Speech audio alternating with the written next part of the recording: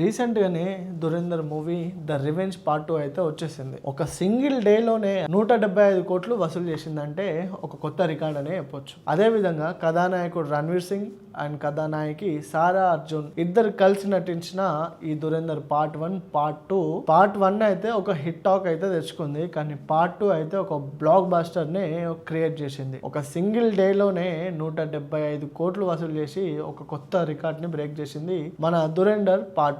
ఈ మూవీ గురించి చెప్పాలంటే 3 గంటల 49 నిమిషాలు ఉండే ఈ సినిమా ఎక్కడ చూసినా బోర్ అనిపించదు. సాధారణంగా ఇండియా పాకిస్తాన్ సో ఈ వార్ గురించి, పంజాబ్ గురించి, అక్కడున్న స్థితిగతుల మీద సాగే ఈ సీన్ ను ఇంటర్వెల్ తర్వాత వచ్చిన ట్విస్ట్ సినిమాకే పెద్ద ప్లస్ గా నిలిచింది. సో ఈ విధంగా చెప్పుకుంటూ పోతే ఒక పెద్ద బ్లాక్ బస్టర్ అయితే తన ఖాతాలో వేసుకున్నాడు రణ్వీర్. ఇప్పుడు ఈ మూవీ గురించి మనం చెప్పాలి అనుకుంటే పాకిస్తాన్, ఇండియా, బలూచిస్తాన్, ఆఫ్ఘనిస్తాన్ ఈ దేశంలో మధ్య జరిగే యుద్ధాలు ఇండియా పైన అంటే సాధారణంగా మన ఇండియాలో ఒకసారి నోట్ల రద్దు జరిగింది. ఆ నోట్ల రద్దుకు కారణం కూడా పాకిస్తాన్ లోని కొన్ని సిచ్యువేషన్స్ డిమాండ్ చేయడం వల్ల సో ఇండియా గవర్నమెంట్ అయితే ఈ డిసిజన్ తీసుకున్నట్టు సినిమాలో చూపించారు. సినిమా అయితే ఒక హిస్టరీని అయితే కొనసాగించుకుంటుంది.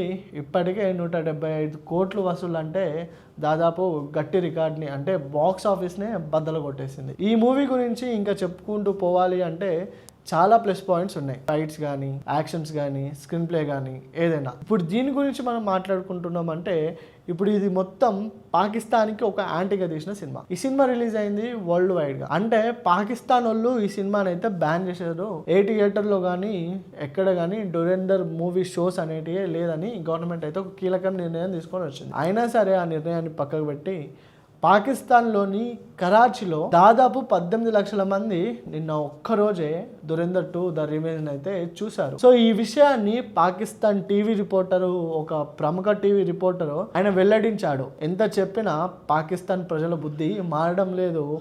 ఆయన వాళ్ళు ఇండియన్స్ మూవీ మేము బ్యాన్ చేసిన పైరసీలు ఎక్కించుకొని మరి ఆ సినిమాని చూస్తున్నారని ఈ విధంగా చెప్పసాగాడు.